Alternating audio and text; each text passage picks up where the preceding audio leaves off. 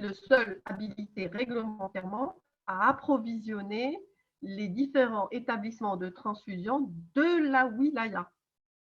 Ça veut dire, si je prends Tlemcen, c'est un centre de wilaya, il peut approvisionner Nodroma ou Ghazawet, mais à condition qu'il y ait une convention écrite. Voilà. Le problème, c'est qu'il m'affiche le sang. Si vous n'avez pas de sang, l'hôpital signe une convention avec un autre hôpital qui a du sang. Et donc, il vous dit que moi, je te donne du sang, tu me ramènes des donneurs. Voilà, c'est ce qui est écrit dans le contrat. C'est-à-dire, en échange, tu m'envoies des donneurs de sang. Parce que si vous vous amusez à signer des conventions un peu partout, il n'y a plus de donneurs, quoi. Il faudrait participer au moins à la promotion du don. Mais si vous n'avez pas de sang, vous signez une convention avec l'établissement fournisseur de sang et vous êtes couvert. Là, l'établissement fournisseur est dans l'obligation de vous ramener du sang ou d'aller le chercher. Donnez-moi un exemple concret. Bonjour, docteur.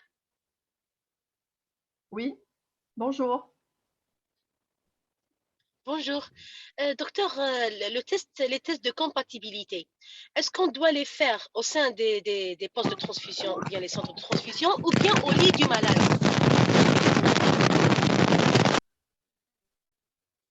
Le lit du malade, c'est autre chose. Le DCL, c'est le test de compatibilité qui doit être fait dans le centre de transfusion, c'est-à-dire entre le tube échantillon du receveur et la poche que vous allez délivrer.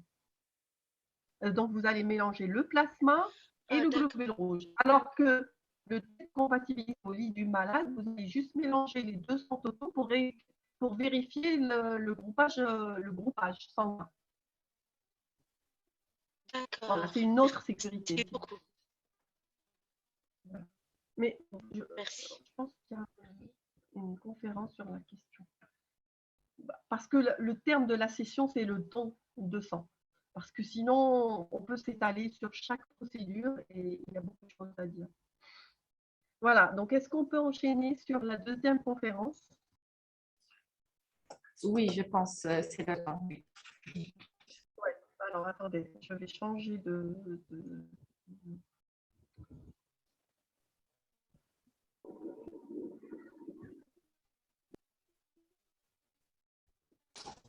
Si vous voulez, à la fin de la conférence, on va répondre aux questions. Oui, exactement. Alors, conférence. Là aussi, c'est très long.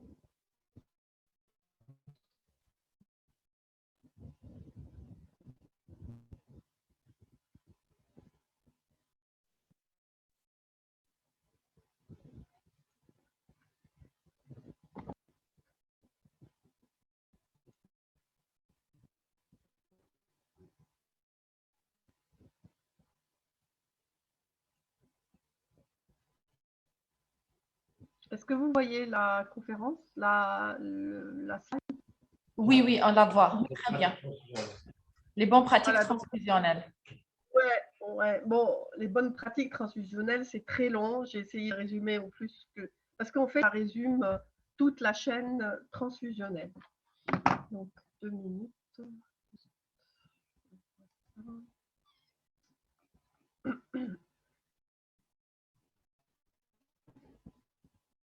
Alors, donc, les bonnes pratiques transfusionnelles. Donc, ça, c'est après le prélèvement. Donc, on a parlé du don.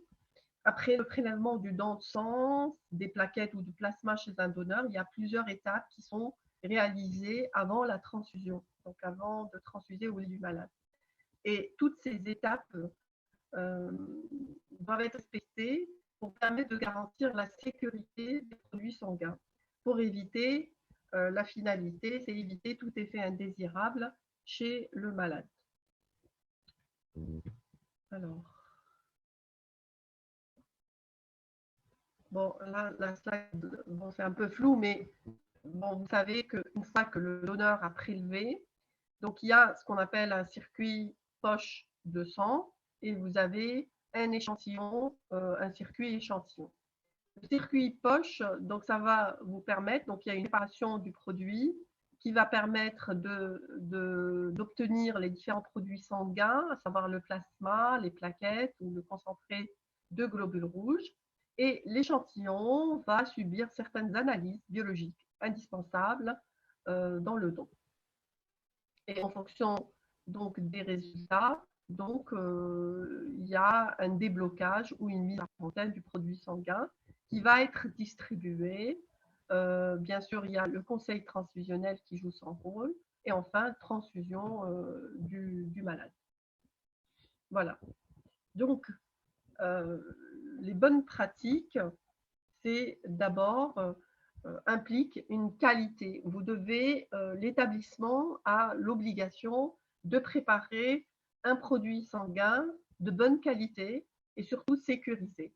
Voilà, donc il repose sur une grande rigueur dans l'exécution, que ce soit l'activité de collecte du sang, donc tout ce qu'on a vu, le don, l'interrogatoire, la sélection médicale, tout ça, c'est des conditions de rigueur. Vous avez la préparation aussi de ces produits, parce que nous allons séparer.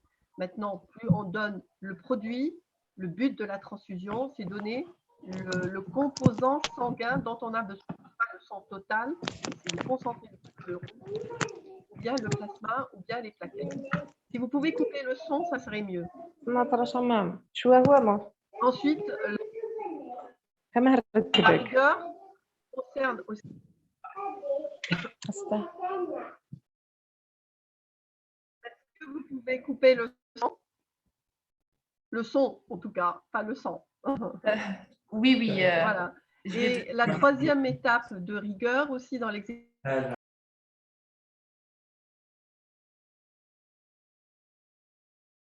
Attendez, professeur, je vais réactiver votre micro, je l'ai coupé. Vous pouvez l'activer maintenant pour qu'on puisse vous entendre.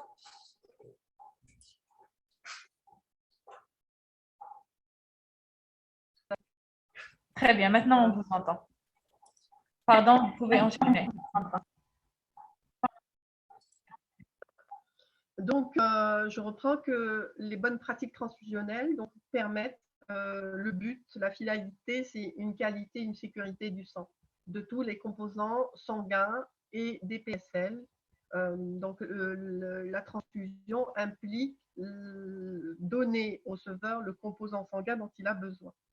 Donc, ça implique une grande rigueur dans l'exécution des activités, que ce soit de collecte, comme on l'a dit tout à l'heure, dans la sélection médicale du don, etc., la préparation des produits sanguins labiles, les qualifications biologiques du don de sang, et enfin la distribution et la délivrance des produits sanguins. Donc tout ça également régi par des règles publiées par l'arrêté du 24 mai 1998 qui fixe ces règles de bonnes pratiques transfusionnelles de préparation labile à usage thérapeutique.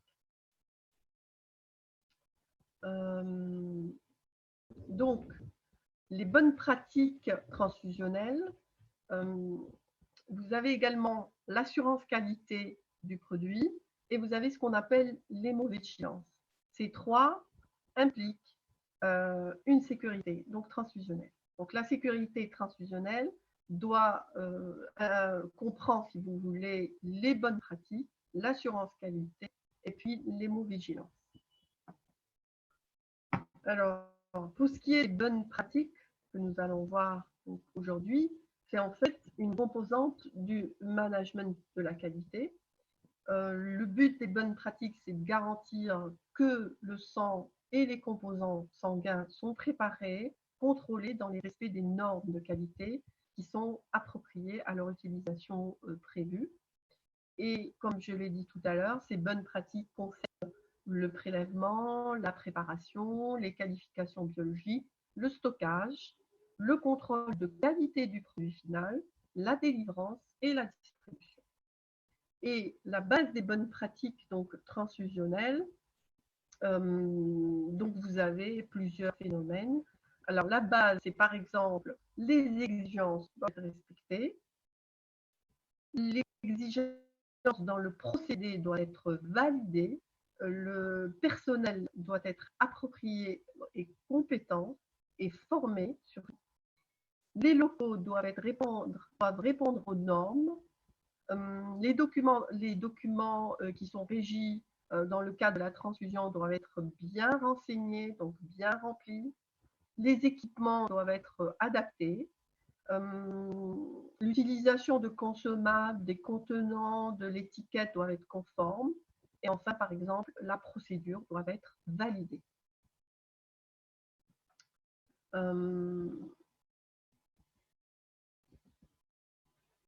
Voilà, donc les opérateurs, c'est-à-dire le personnel, doivent être formés pour la mise en œuvre correcte de ces procédures.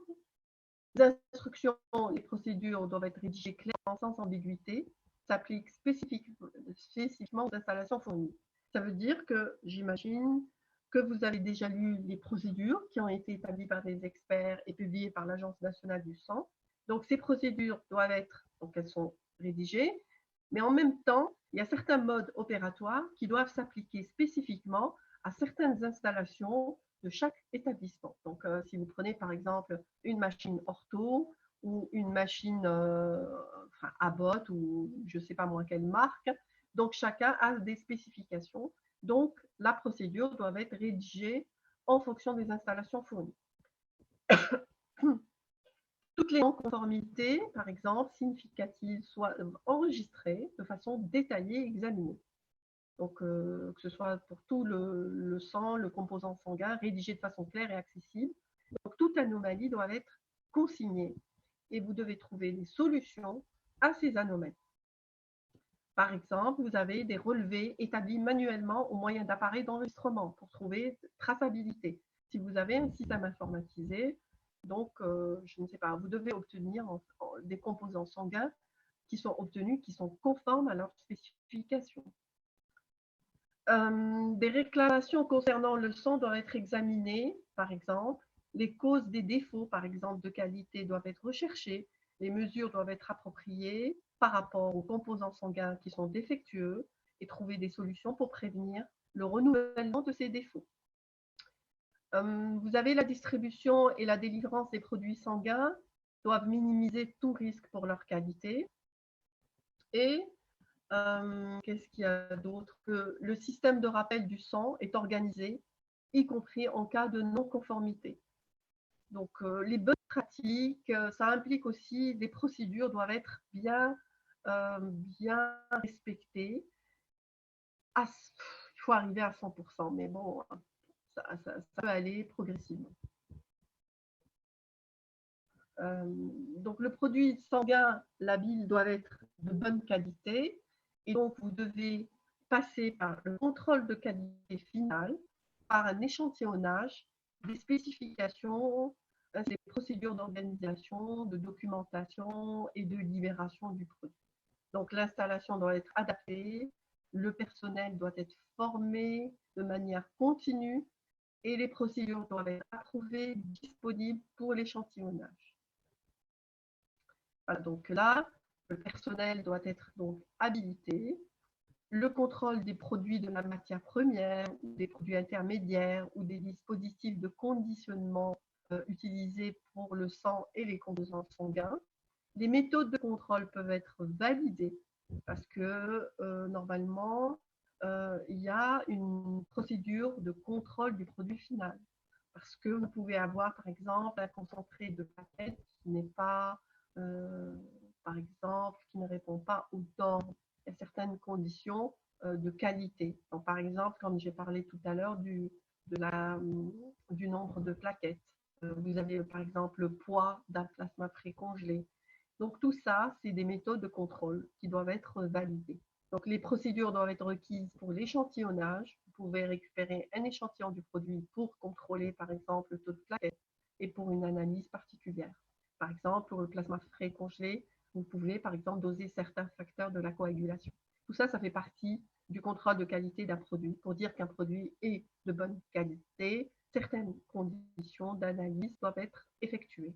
Pas tout le temps, pas tous les jours, mais régulièrement.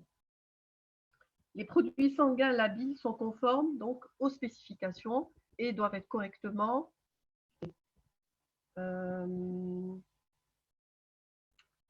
toutes les non-conformités sont enregistrées, par exemple, de façon détaillée et examinée.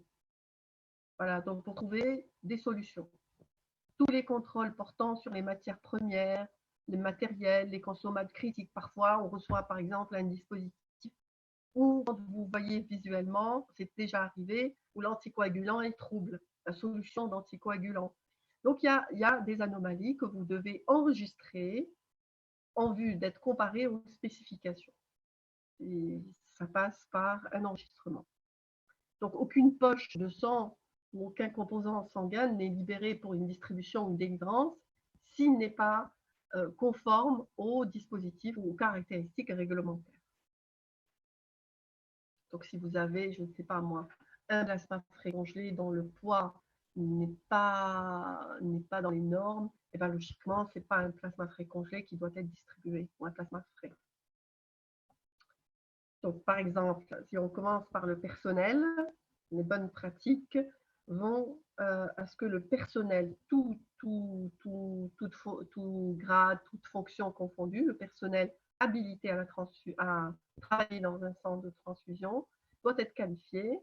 Le nombre doit être suffisant, donc chaque fiche de poste, donc il doit y avoir des fiches de poste avec une organisation de travail. On doit assurer la formation. Ces sessions de formation font partie de la formation du personnel. Donner des instructions également. Mais chacun de vous va donner des instructions et chacun dans son grade pourrait former donc le personnel pour mener à bien toutes les tâches qui lui incombent. D'accord? Donc chacun a sa fiche de poste et sa fonction précise et il doit la respecter en suivant toutes les instructions et toutes les consignes pour que la tâche soit effectuée de manière rigoureuse. Voilà, donc bien sûr, le personnel est soumis au secret professionnel. Il doit recevoir une formation régulière, théorique et pratique d'adaptation et d'emploi. Par exemple, le personnel, vous savez je sais que dans un établissement, vous avez des biologistes, vous avez du personnel médical. Donc, par exemple, les biologistes qui sont en fonction font des roulements, par exemple, dans certains postes. Et c'est bien d'organiser des formations, par exemple, en AFRS de manière régulière, parce qu'il faut renouveler et faire des mises à jour tout le temps, pratiques et théoriques. Cette formation est documentée. Elle porte sur les bonnes pratiques, sur la qualité, sur les mesures d'hygiène, de sécurité que concernent le personnel, les produits également et l'environnement. Après le personnel, vous avez le local. Vous savez très bien qu'un local de transfusion doit respecter certaines normes, donc, notamment dans sa situation, dans sa conception, comment il est construit, comment il est adapté à la préparation et la production des produits sanguins, l'hygiène, comment c'est entretenu, comment c'est nettoyé, de façon à convenir au mieux aux opérations à effectuer. Donc, par exemple, un local doit respecter la séparation des zones de circulation et des zones d'activité. Une signalisation adéquate, par exemple, permet d'atteindre les locaux dédiés à chaque activité. Donc, c'est-à-dire quand vous savez bien que dans un local de transfusion, il y a ce qu'on appelle le circuit donneur et le circuit poche qui sont indépendants. Que quand vous voyez le circuit donneur, vous devez expliquer le donneur. Donc, il faudrait identifier les zones dans lesquelles il va partir. Donc, vous avez un accueil, un secrétariat. Donc, vous allez l'orienter vers le cabinet ou la salle de consultation médicale. De la salle de consultation, vous allez l'orienter vers la salle donc, de prélèvement. Et de là, il va aller à la salle de repos et enfin la sortie qui doit être indépendante de l'entrée, par exemple. Il ne peut pas y avoir d'intersection entre l'entrée et la sortie. Donc, il faudrait une signalisation donc, adéquate. Toujours dans le local, si vous avez le circuit poche, donc il y a ce qu'on appelle des zones séparées. Par exemple, les qualifications biologiques du sang doivent être indépendantes des zones de préparation. Vous avez aussi un espace pour la distribution. Donc voilà, donc c'est des zones de transfusion, des zones propres, des zones bien nettoyées et qui sont indépendants. Alors, le matériel, bien sûr, utilisé doit être sélectionné pour réduire tout risque pour les personnes, pour la préparation du sang et la séparation des composants sanguins.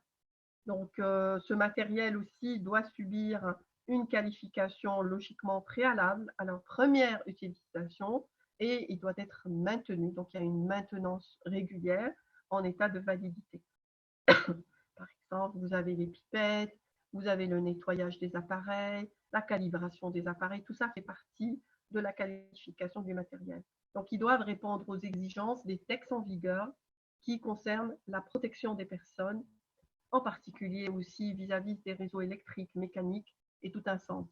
Donc, ce qu'on appelle la sécurité du matériel. Les documents aussi font partie des bonnes pratiques que les enregistrements doivent être clairs pour éviter toute erreur inhérente aux communications verbales et permettre la retracer l'historique de toute opération.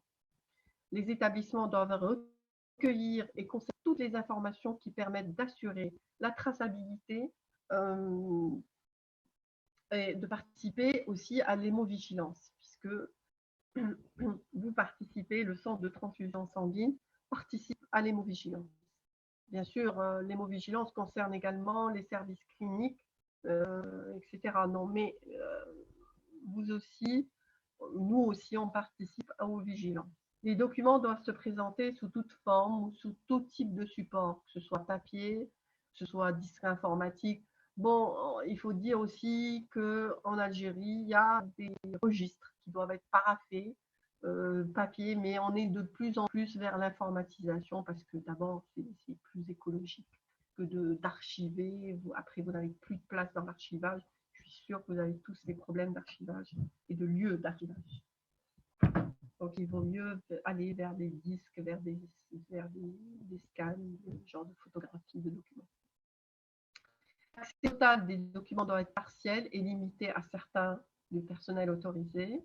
Il y a un secret donc, professionnel. Les procédures donc, générales relatives aux grandes étapes du processus de fonctionnement du système qualité, les documents nécessaires à l'exécution des différentes activités telles que les modes opératoires, les formulaires, les enregistrements, les textes réglementaires, tout ça doivent être donc respectés, consignés par écrit et puis mis à disposition donc, du personnel. Voilà.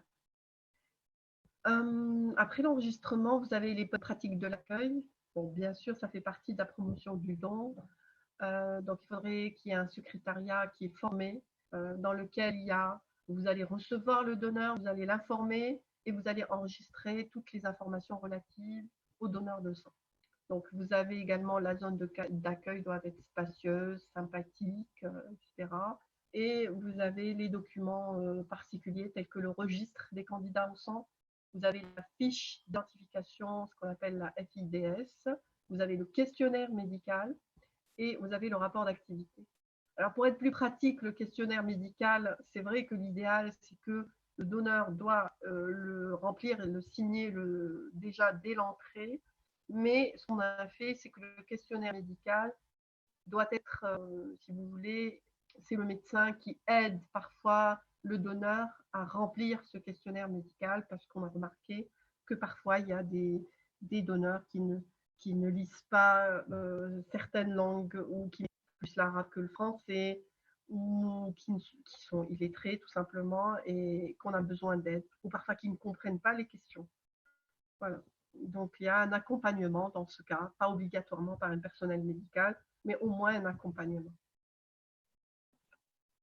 Voilà, donc il y a une information pré-don, par exemple, les règles principales du don en termes, par exemple, de limite d'âge. S'il y a une personne qui vient et qui dit « j'ai 17 ans », et bien ma foi, déjà à l'accueil, vous l'informez que c'est à partir de 18 ans.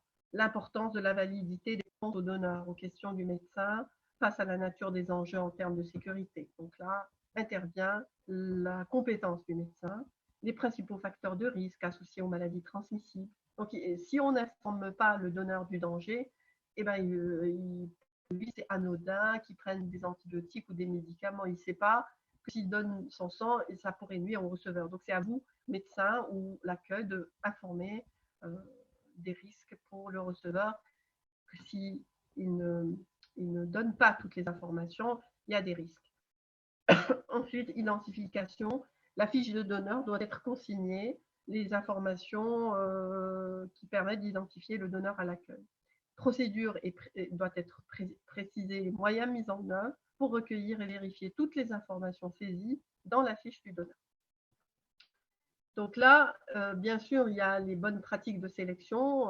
C'est un médecin du don qui a de l'expérience, qui est formé, qui doit mettre à jour toutes les données en fonction des connaissances médicales.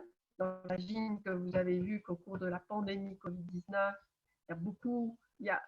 on a resserré, si vous voulez, la sélection parce que c'est adapté au contexte, qu'il y avait beaucoup de personnes qui étaient vaccinées, donc il fallait savoir à quel moment on donnait par rapport au vaccin, est-ce que c'est vaccin vivant, etc.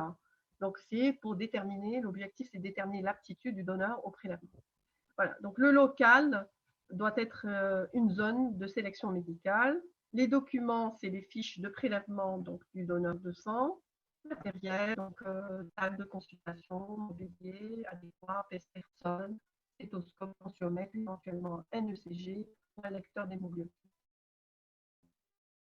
Voilà, donc les bonnes pratiques, ça qu'on appelle l'éthique du don, âge, fréquence, intervalle, volume, recueillir toutes les informations.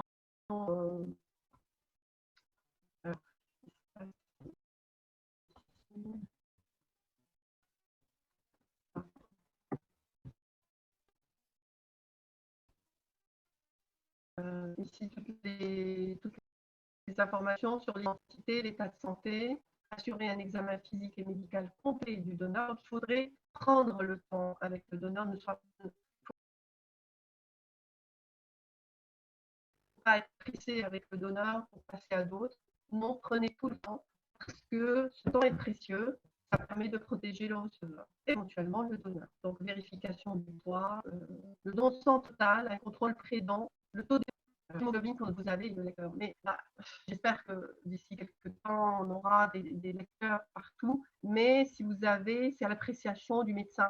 Si vous voyez qu'il est pâle, demandez-lui un taux d'hémoglobine. Donc, ça peut être, si vous avez un appareil de formule, ça peut se faire dans l'heure ou dans la demi-heure. Et donc, ça permet de gagner des donneurs de sang. Les dons d'aphérèse, des contrôles pré-dents doivent être effectués. Donc, actuellement, pour l'aphérèse, ça peut être sur rendez-vous, mais ce qu'on fait, nous, c'est par exemple, on fait sur place le contrôle pré-dents, par exemple, la formule de numération sanguine, ou bien le bilan d'hémostase si c'est un don de plasma, ou un dosage de protéines totales, ou un ECG, avant de donner. Ensuite, pour le donneur jugé apte au don, un numéro et un don est attribué, enregistré sur ces fiches de prélèvement, et une procédure d'affectation de ce numéro est établie de façon à garantir un caractère unique, non réutilisable bien sûr de chaque numéro. Une fois au prélèvement, donc il y a les bonnes pratiques de prélèvement, donc là aussi c'est un personnel qui est adéquat parce que c'est très important le prélèvement, parce que si vous le prélevez mal le donneur, eh bien ma foi il ne reviendra pas. Donc c'est des infirmiers diplômés d'État ou du personnel habilité au prélèvement, puisque les biologistes aussi peuvent prélever.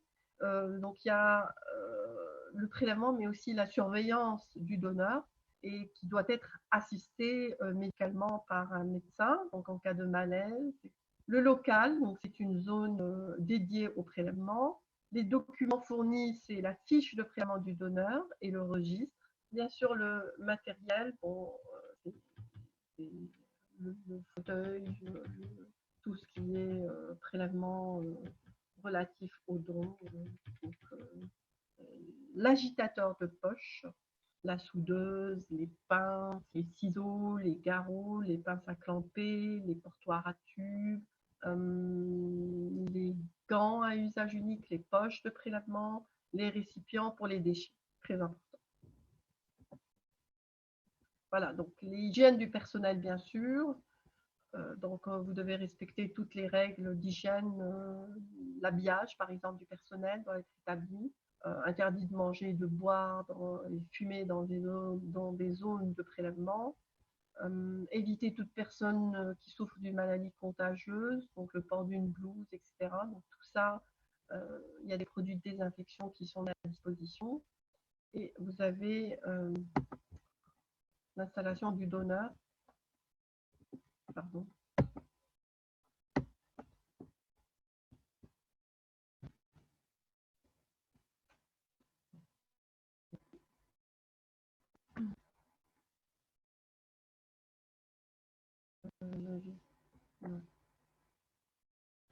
La préparation.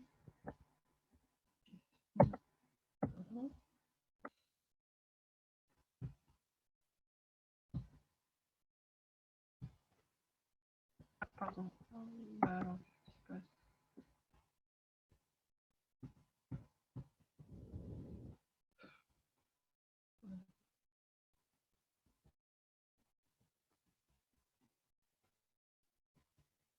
au prélèvement. Voilà.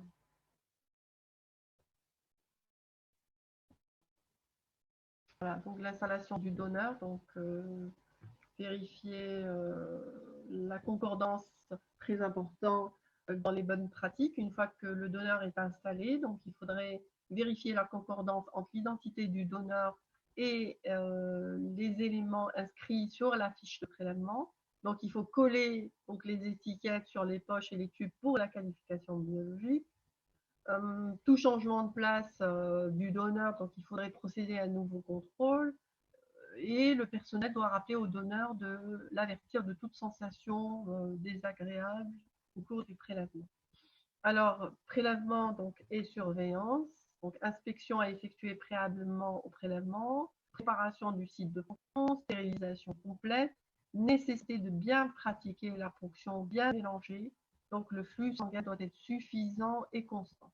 Et après le prélèvement, il faut inspecter les dispositifs de prélèvement pour déceler tout éventuel défaut. Les tubes échantillons doivent être prélevés directement à partir de la tubulure et non pas à partir de la poche. Ou bien il y a ce qu'on appelle une poche satellite. Voilà. Alors les dispositifs, les incidents immédiats peuvent survenir au cours du prélèvement ou de mettre en place en jeu la sécurité du donneur, donc le personnel ou la sécurité du PSL.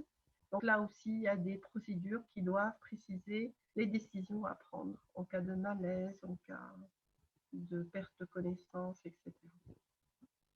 Le repos, le donneur doit rester sous surveillance pendant au moins 10 minutes. Au cours de ce temps, une collation est offerte. Ne pas se dire, le donneur vous dit non, je suis pressé, je dois partir. Non, il doit rester 10 minutes au moins pour la surveillance. Voilà. Et puis, vous devez, très important, l'information post-dent.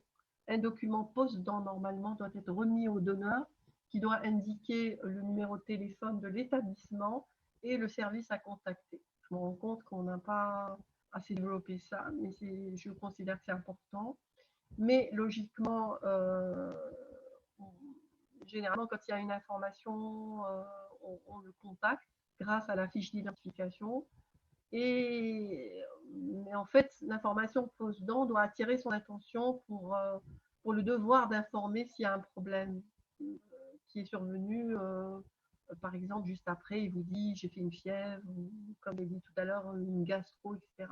Donc, c'est bien qu'il soit conscient de l'importance de contacter l'établissement de transfusion. Ou bien, par exemple, il a oublié une question importante, il se remet en cause au niveau de l'entretien après-don. Ou bien la survenue de symptômes qui évoquent une maladie particulière. Enfin, toute information susceptible d'être. Alors, le circuit des prélèvements et des échantillons biologiques. Donc, les prélèvements sont séparés en fonction de leur nature. Donc, les échantillons sont placés dans les récipients appropriés et conservés à une température adéquate. Les prélèvements sur lesquels ont été constatées des anomalies doivent entraîner leur destruction.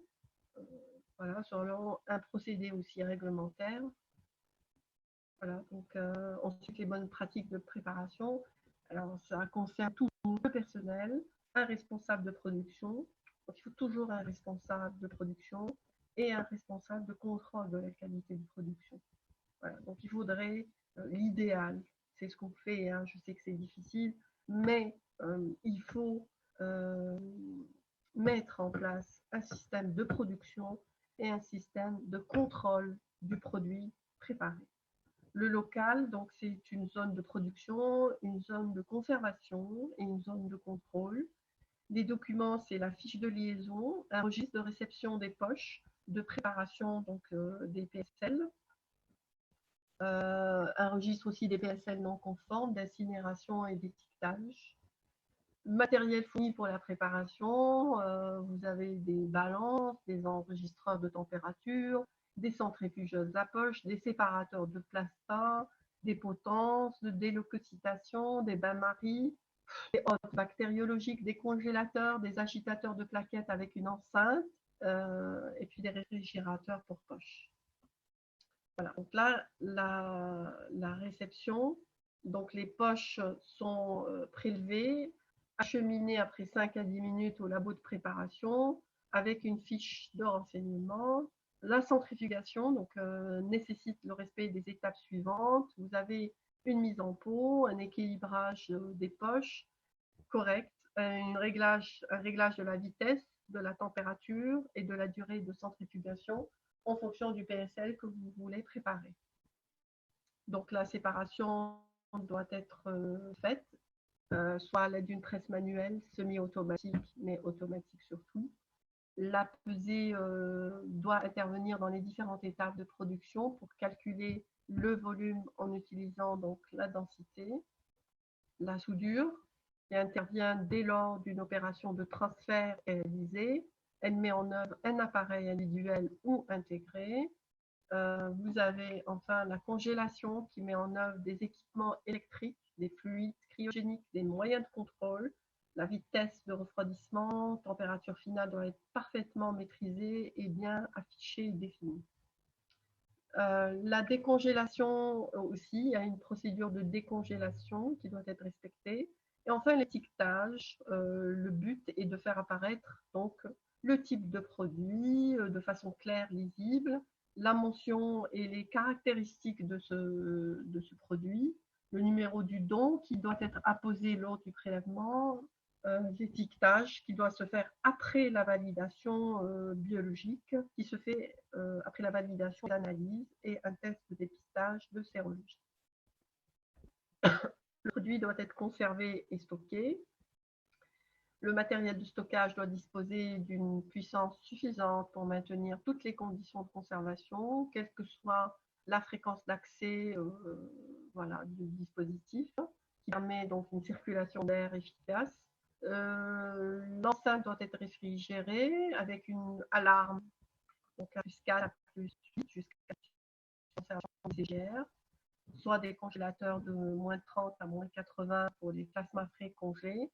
Vous avez les agitateurs de plaquettes, donc l'agitation doit être faite de façon douce et continue. Pour les bonnes pratiques des qualifications biologiques, donc là aussi implique le personnel, le local, les documents et puis le matériel qui peut être automatisé ou semi-automatisé en immunohémato, en hématologie et en sérologie. Alors, la gestion des échantillons, les tubes doivent être reçus accompagnés d'une fiche de liaison, le volume prélevé suffisant pour réaliser toutes les analyses. Les étiquettes doivent être collées sur les tubes pour mentionner le numéro du don. Et puis, les analyses biologiques réalisées le plus tôt possible. Maintenant, si l'analyse est différée, le tube peut être conservé à plus 4 degrés.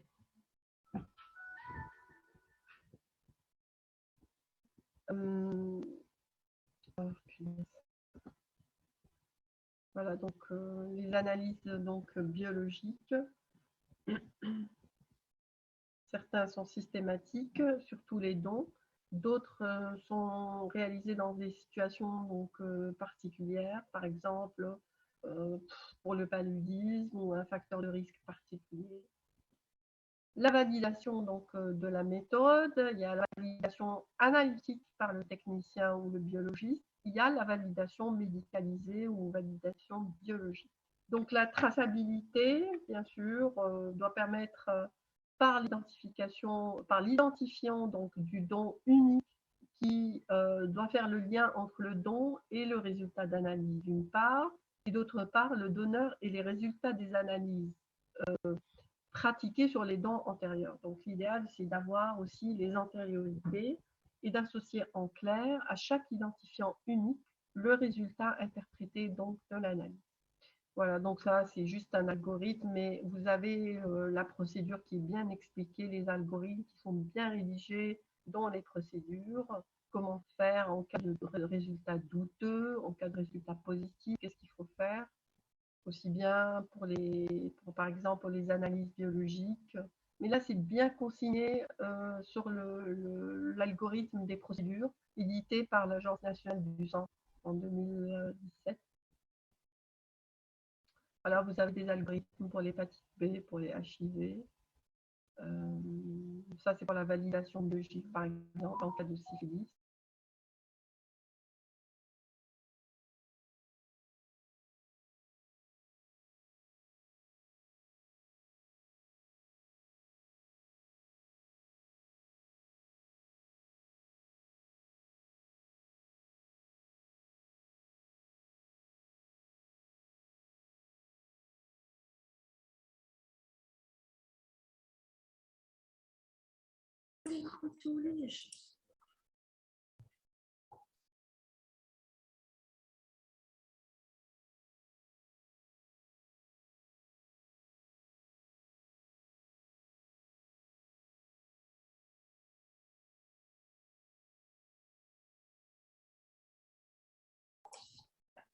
Professeur Taouli, on ne vous entend pas.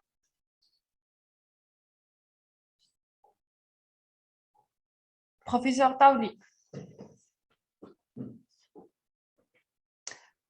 votre image est figée et on ne vous entend pas.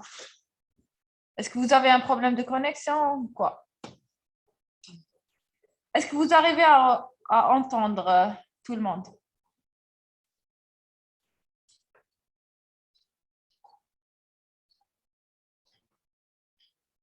Vous m'entendez moi, mais pas professeur Taouli, c'est ça?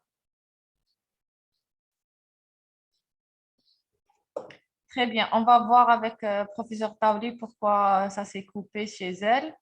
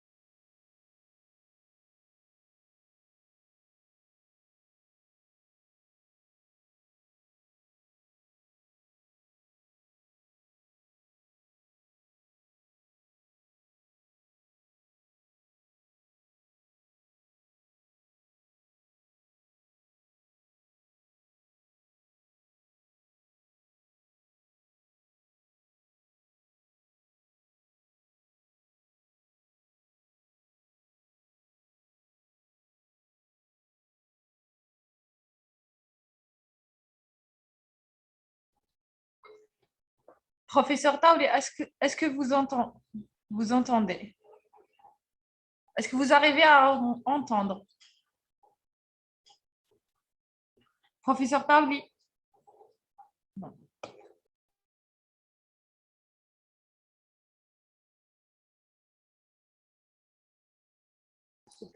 Essayez d'activer votre micro, professeur Taouli.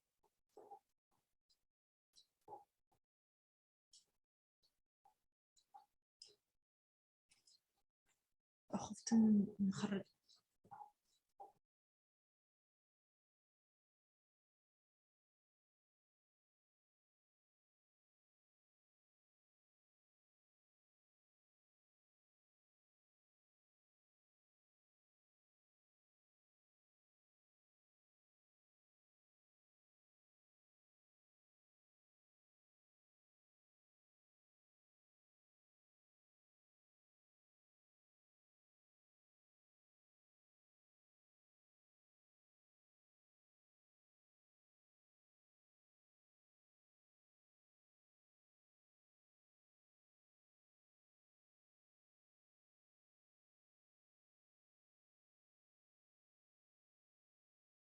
Ouais, mais moi, j'y croyais que c'était.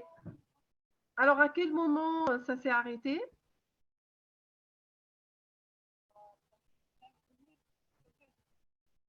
Cinq minutes. Quelqu'un peut me dire à quel moment?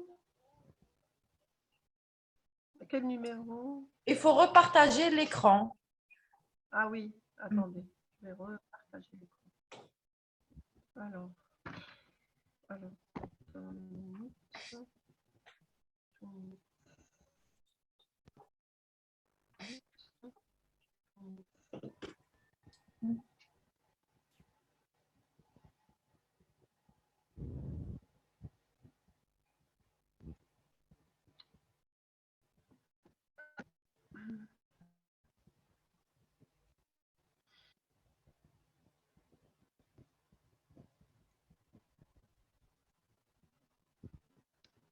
Alors, c'est à quel moment? Algorithme de dépistage de la syphilis. En principe, il dit ça. Ah, ok, d'accord. Oula, donc j'ai pas pendant un bon petit moment. Hein. Oui, oui, oui. Bon, On a essayé d'accord. de vous joindre, mais Ouais, très bien. désolée. Voilà. Ok, Il vous demande donc, de hausser un peu la voix, professeur Taouli. Il vous entend mal, les participants. Merci. très bien. Donc, je reviens plutôt en arrière en vous disant, pour les bonnes pratiques des qualifications biologiques du don, donc ça passe par une validation donc de la méthode aussi, la validation donc analytique donc du technicien, et vous avez la validation biologique. Donc, il y a une traçabilité aussi au niveau des QBD qui doit répondre à travers l'identifiant donc unique. Vous devez être capable de retracer même les antériorités des résultats des analyses biologiques. Voilà. Donc, le lien doit se faire entre le don et le résultat de l'analyse, d'une part, et entre le donneur et les antériorités. Donc, chaque identifiant unique, le résultat doit être interprété de l'analyse, mais aussi toutes les données intermédiaires et les identifications de contrôle, de témoins, des dispositifs critiques des opérateurs qui ont participé à la production de ces données. Voilà, donc là, des algorithmes, par rapport aux algorithmes, donc vous avez des algorithmes qui sont bien identifiés dans Recording le in progress. de transfusion qui est plus récent. Donc là, c'est juste un exemple d'algorithme dépistage du VIH. Donc si c'est négatif, ça veut dire que votre don répond aux normes de qualification. S'il est douteux ou positif, de toute façon, la poche de sang doit être détruite. Donc, il y a un premier prélèvement en double. Donc, voilà. Donc là, il y a un deuxième prélèvement qui doit être. Donc, vous allez reconvoquer le donneur pour un deuxième contrôle avant de l'orienter. Donc, il y a une procédure spécifique pour ça. Pareil, pour, par exemple, pour les trousses de premier et deuxième prélèvement. Pour l'hépatite B, c'est pareil. Et pour la syphilis également. D'accord? Donc, dans tous les cas, il y a un suivi clinique et biologique du donneur de sang qui est établi par une procédure. Pour les bonnes pratiques de distribution, là aussi, il y a un personnel qui doit être responsable de l'unité dans un local dédié à la zone de distribution et de stockage.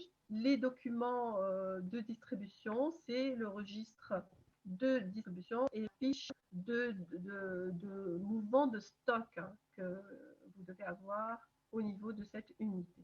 Donc, l'attribution est nominative. Ça veut dire que le PSL est délivré sur prescription médicale obligatoire. La demande doit être accompagnée de 2 déterminations de groupage. Elle doit être bien remplie avec précision, dans lequel sont renseignés le nom de l'établissement ou du service demandeur, le nom et la signature du médecin prescripteur, l'identification du patient, la date de prescription et la date prévue de la transfusion, la nature du PSL demandé, la quantité, le groupe sanguin, le degré d'urgence et bien sûr la fiche de distribution nominative qui accompagne chaque délivrance. Donc, si vous avez par exemple un CGR, la compatibilité doit se faire dans le système ABO-RHT ainsi que le résultat de la RI, dans les concentrés plaquettaires standards, donc le poids du patient, la numération plaquettaire datée, la posologie souhaitée, les indications restrictives pour certains produits, par exemple, le plasma frais congelé doit obéir aux règles de compatibilité adaptées au plasma. Les bonnes pratiques de distribution, vous êtes toujours là, hein? Oui. Bon, les bonnes pratiques de distribution, c'est important d'estimer l'urgence vitale qui met en place des protocoles spécifiques de procédures adaptées en accord avec les médecins prescripteurs et après consultation du comité de sécurité transfusionnelle et d'hémovigilance lorsqu'il existe. Lorsqu'il existe, en Algérie, il n'existe pas encore. L'approvisionnement des dépôts, c'est la mise à dispo des PSL sur un lieu déterminé qui répond aux conditions strictes de conservation. Il doit être régulier et fonction de la consommation ou de l'état de besoin de l'établissement. Il se fait à partir d'un seul et il permet de répondre à l'ensemble des besoins de la zone de distribution qui est définie. Les dépôts sont approvisionnés, issus de l'établissement de transfusion ou des établissements de sang et entrés en stock pour la distribution. Le conseil transfusionnel accompagne la délivrance du produit afin d'optimiser la transfusion du produit. Il y a un service de conseil disponible en permanence qui doit être assuré au niveau de l'établissement. Il est de la compétence d'un docteur en médecine de l'établissement de transfusion qui définit les protocoles internes correspondants ou d'un pharmacien spécialiste en transfusion sanguine. Il s'adresse donc aux médecins prescripteurs et au personnel impliqué dans l'acte capital qui est la transfusion. Alors, le contrôle et gestion des produits sanguins, le stock pour la distribution doit être périodiquement vérifié en qualité et en quantité selon une prévision correcte des besoins. Alors, les stocks informels sont indiqués dans les établissements, sont interdits dans les établissements de transfusion. Alors là, ça ne répond plus aux dons altruistes et ça pourrait faire ça pourrait mettre en cause toutes les causes nobles du don de sang, donc interdire tout stock informel. Donc le don de sang doit être Sœur Pauli, oui. s'il vous plaît, ils disent que le sang est trop faible. Si vous pouvez hausser votre voix. Alors, hausser ma voix, je vais essayer de voir si le son est... Et l'écran aussi, il est parti. Bon, essayez de repartager l'écran.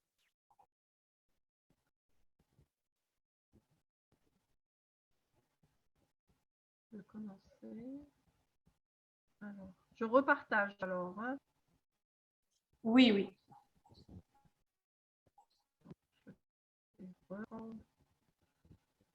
Tout à l'heure, il y a eu un changement de...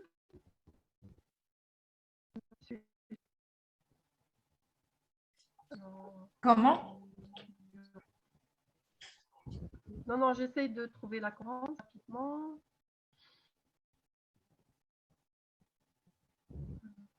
Pratique.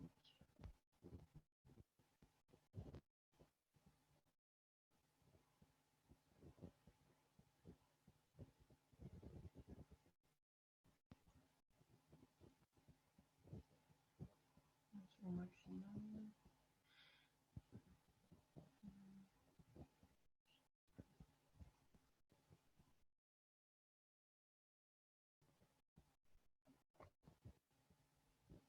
Alors, je partage l'écran.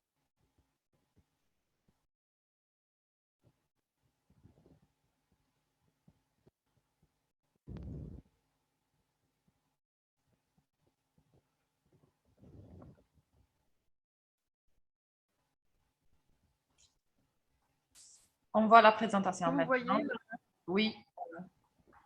est-ce que vous m'entendez bien? Il faut Je vais aussi me la rapprocher voix du encore plus. micro. Voilà. Alors, on était dans les bonnes pratiques de distribution.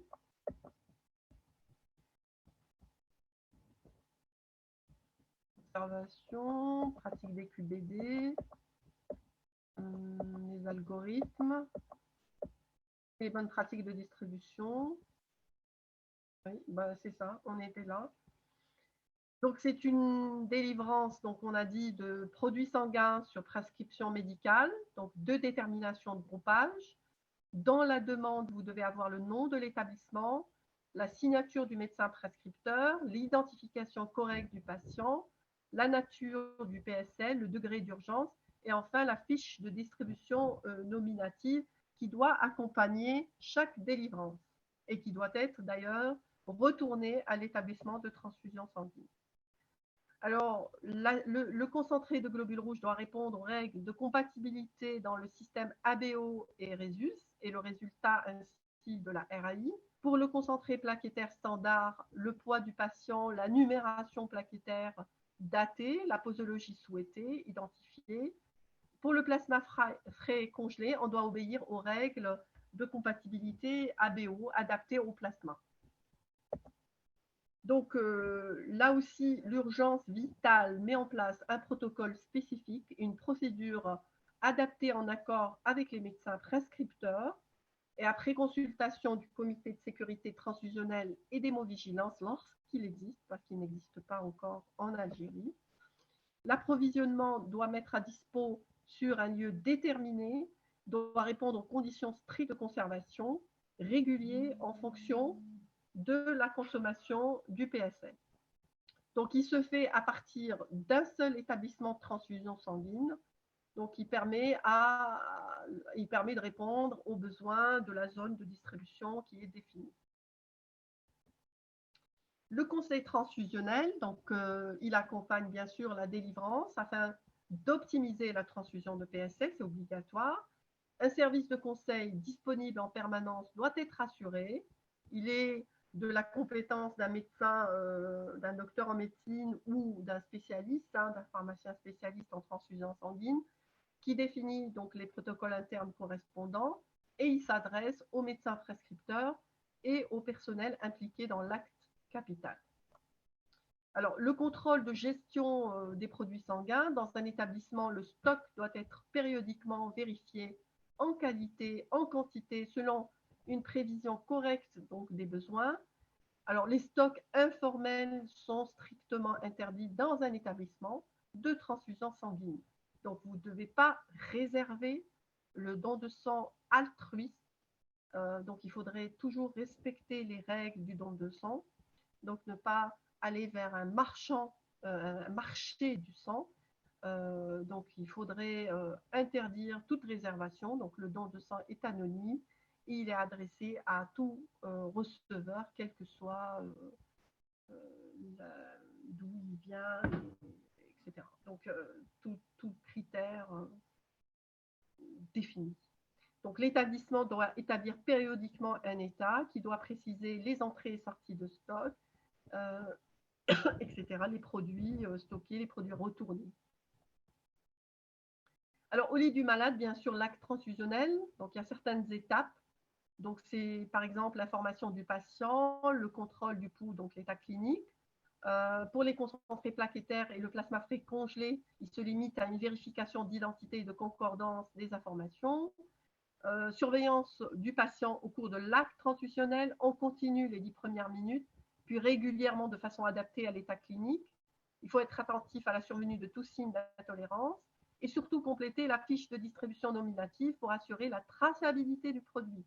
Donc après la transfusion, éventuellement conservation des poches, retournement de la fiche de distribution nominative selon la procédure d'établissement et classement du document dans le dossier transfusionnel du malade. Donc, en cas d'incident, arrêt de la transfusion, appelez le médecin.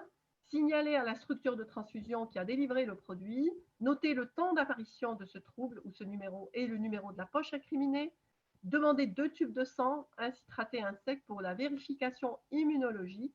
Des prélèvements d'hémoculture peuvent être effectués et adressés au laboratoire de bactériologie.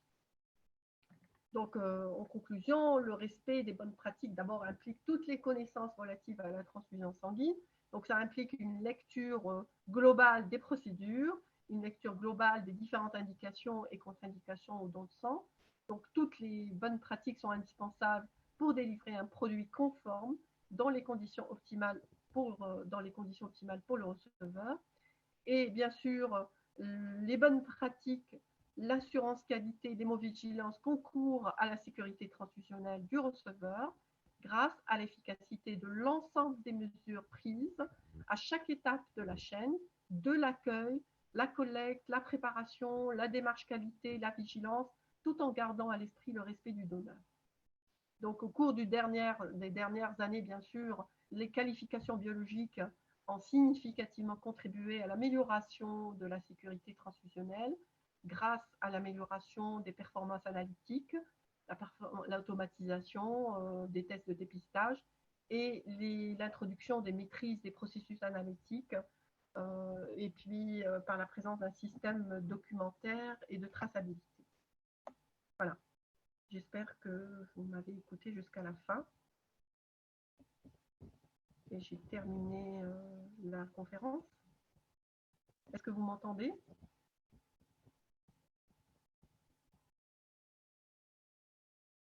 J'ai terminé, je vous remercie. Est-ce qu'il y a des questions par rapport aux 2 conférences?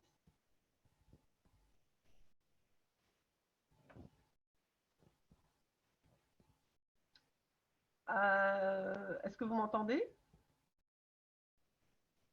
Oui, on vous entend, mais on ne voit pas la présentation. Mais j'ai terminé la présentation. Hein. Oui, vous l'avez coupée, je veux dire. Ah ouais. Vous voulez... C'était pour écouter un peu les questions relatives à cette... D'accord. Donc, on va défiler les questions dans la discussion, s'il y a des questions. Alors, je vois ici la personne responsable de transport. La personne responsable de transport de PSL d'un ETS à un autre, est-ce que c'est l'infirmier du service demandeur ou l'infirmier du CTS? Alors, transport de PSL à un autre. Alors, si c'est oui, bonne question. Ça, je me demande si c'est pas venu de Tlemcen parce qu'on a eu un problème à Tlemcen. Où, par exemple, le personnel du CTS n'était pas disponible et qu'il ramenait, en fait, c'était l'infirmier du service demandeur qui venait. Dans tous les cas, quand vous approvisionnez un autre TS qui est... Alors, je commence ma vidéo. Dans tous les cas, est-ce que vous êtes là? Oui, on vous voit maintenant. Alors, dans tous les cas, si vous distribuez, pour moi, si dans la réglementation, il faut que ça soit un personnel paramédical et de l'établissement qui est autorisé à le faire. Donc, dans la mesure, donc normalement, si vous donnez du sang à notre établissement, vous allez approvisionner le sang de transfusion. Donc, il faudrait exiger, maintenant, si c'est un infirmier qui vient, eh ben, ma foi, il faudrait que l'infirmier soit autorisé par la banque du sang. Voilà, c'est tout. Et que c'est l'infirmier qui doit ramener le sang au centre de transfusion sanguine. La réglementation dit que c'est un personnel paramédical qui doit, voilà, de l'établissement. Mais après, s'il n'y a pas de personnel du CTS, mais au moins que le CTS donne l'autorisation par écrit à l'infirmier du service clinique demandeur pour qu'il ramène du sang. Alors, attendez que je vu... Voilà, j'étais là. Est-ce que la validation analytique est la tâche du médecin généraliste au niveau du CTS? Bon, écoutez, moi, je m'adapte à l'Algérie en sachant que ça dépend du centre de transfusion sanguine. Si vous avez des médecins qui sont il n'y a pas de résident, il n'y a pas de spécialiste. S'il y a des spécialistes en hémobiologie et transfusion sanguine, c'est aux résidents ou bien aux médecins ou aux pharmaciens spécialistes en hémobiotransfusion qui doit valider. Maintenant, s'il n'y en a pas, eh ben, ma foi, c'est un médecin qui est formé en transfusion sanguine, en particulier, par exemple, un médecin qui a un CES en transfusion dans les zones où il n'y a pas de spécialiste, il n'y a pas le choix. Donc, comment vous voulez faire? Ou alors, il faudrait qu'il y ait une dérogation de l'Agence nationale du sang pour le médecin qui a un CES de valider toutes ces validations analytiques. La validation analytique, logiquement, doit se faire par un médecin ou un spécialiste en transfusion sanguine. Voilà. Ou un pharmacien. Alors, conduite à tenir devant la non-disponibilité des agitateurs de poche de sang total. Bon, est-ce qu'il y a des agitateurs de poche? Ah oui, ouais, les agitateurs de poche. Ça, je ne l'ai pas. Ça, je ne l'ai pas.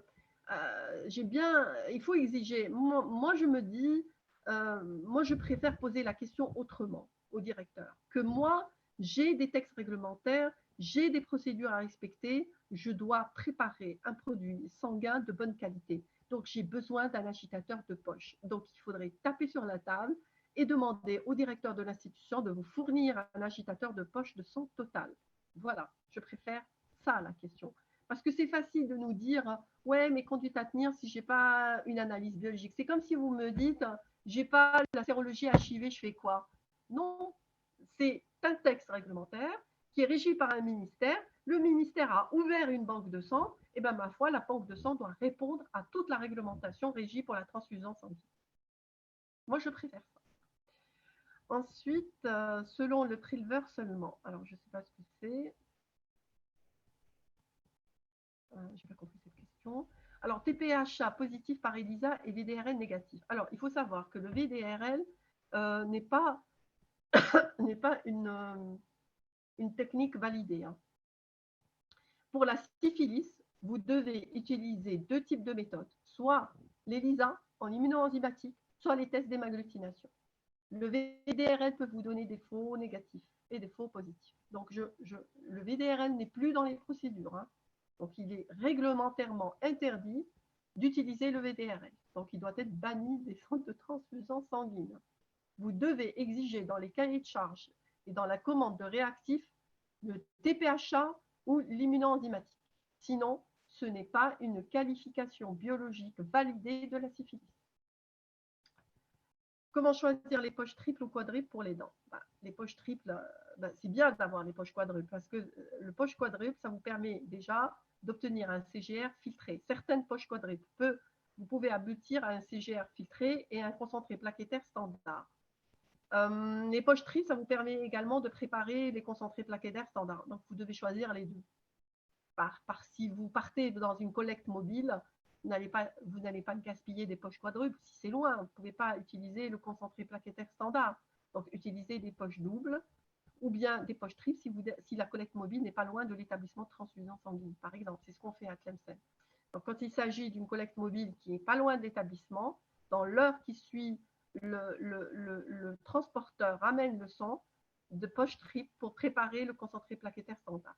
Maintenant, si on est à Razawet ou c'est loin, on n'utilise que des poches doubles en nous disant qu'on va préparer que les CGR. Donc, tout dépend de votre programme de préparation. Alors, est-ce que la distribution de sang et la gestion du stock est la tâche du médecin du don avec CES en transfusion ou les hémologistes ou laborantins ou qui exactement?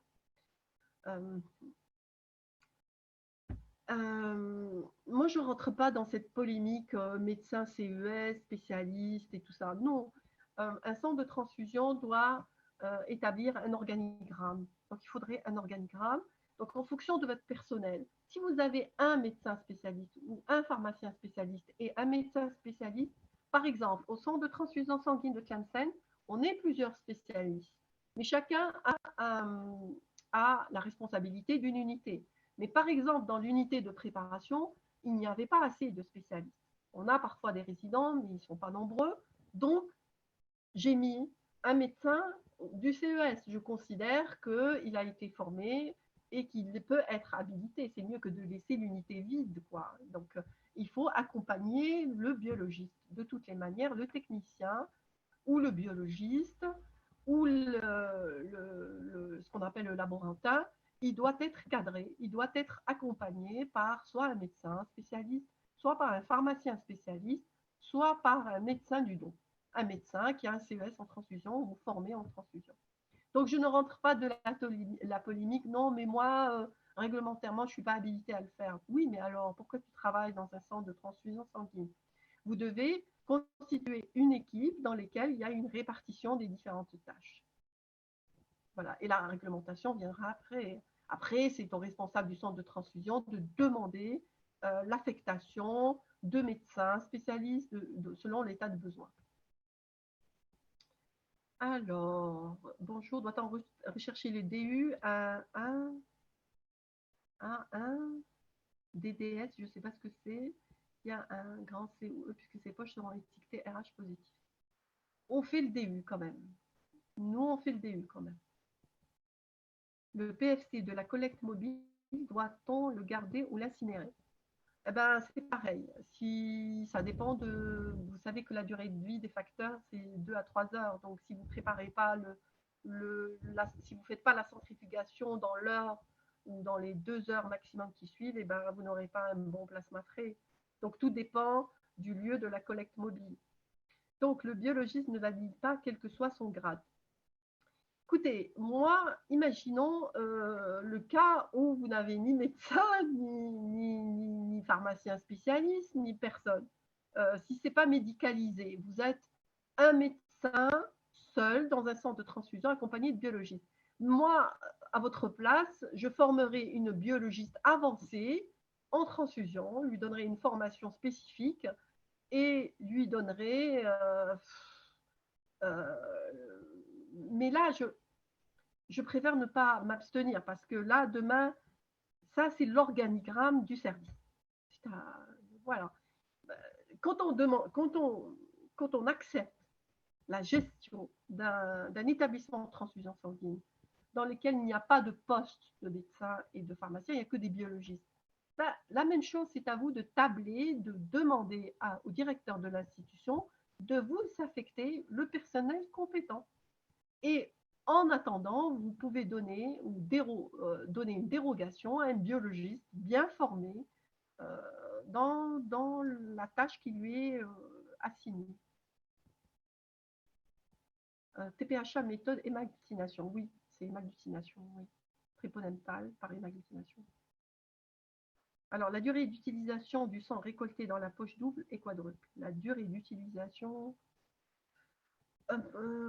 dans l'heure qui suit, vous devez centrifuger. Hein. Vous ne devez pas dépasser 2 à 3 heures. C'est en fonction de la durée de vie des facteurs de la coagulation. Hein. Vous avez le facteur 7, sa durée de vie, sa demi-vie est de 3 à 4 heures. Donc, vous devez... Et les plaquettes aussi. Donc, voilà. Je pense que j'ai répondu à toutes les questions. Ou pas. Ou un peu.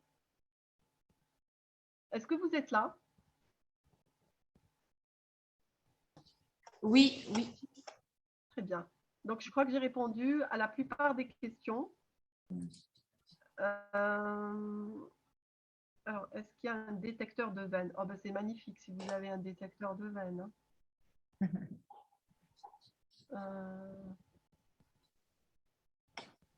Quelle est la durée d'une transfusion de sang total? Dans un service clinique? Je ne sais pas, il me semble que c'est 15 à 20 minutes. Il me semble, hein, mais à vérifier. Voilà. Voilà. Est-ce qu'il y a d'autres questions? Sinon, je vous laisse enchaîner avec le reste. Alors, est-ce que c'est faisable de demander aux malades hospitalisés? Alors, attendez. Quand on doit utiliser des poches filtrées, pour quel type de malade? Ben, logiquement, c'est pour tout le monde. Mais plus particulièrement, par exemple, pour les greffés ou pour des hémopathies comme les thalassémiques, les drépanocytaires. Donc, il vaut mieux utiliser des poches filtrées. Est-ce que c'est faisable de demander aux malades hospitalisés à qui on veut transfuser de mettre la poche de sang sous la couverture pour la réchauffer? Alors, ça dépend si c'est du Bourabhan ou si c'est une couette. Franchement, moi, je me dis qu'il y a une procédure. C'est comme le plasma frais congelé, ils ont tendance les cliniciens à mettre sur le chauffage, ce qui n'est pas bon. Il y a une procédure de décongélation. Les volumes des unités, mais là, je peux vous le donner, mais c'est inscrit dans les procédures.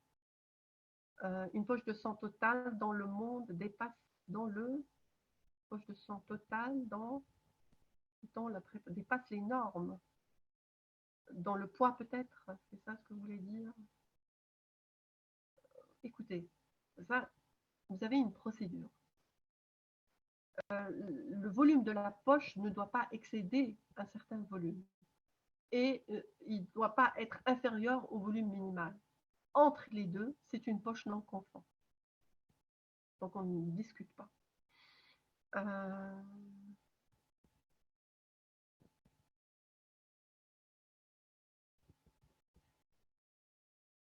Voilà, donc il y a une procédure. Il y a des procédures de contrôle de qualité aussi également qu'on applique au fur et à mesure, telles que le poids du plasma frais congelé. Vous avez l'aspect physique, vous avez plein de critères de contrôle de qualité. Et je pense que ce n'est pas inscrit dans les procédures, mais nous, on a rédigé pour certains produits sanguins labiles, on rédige petit à petit. Et c'est bien de proposer ça, de faire une proposition à l'Agence nationale du sang pour qu'un comité d'experts rédige des processus de contrôle de qualité des produits sanguins. Ça, j'invite l'Agence nationale du sang qui nous écoute aujourd'hui de pourquoi pas proposer un comité de rédaction pour les procédures de contrôle de qualité des produits sanguins.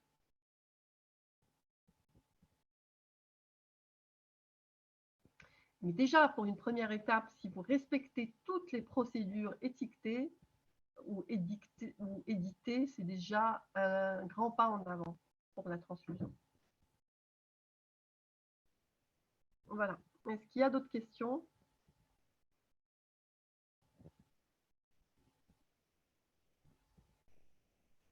Alors,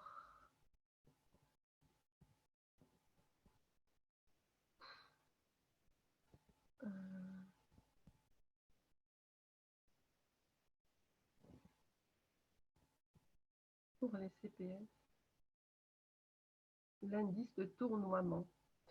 Écoutez, on l'a fait dans le cadre d'un mémoire d'interne en biologie. Je pense qu'on a réussi à le faire. Pourquoi pas le généraliser? Voilà.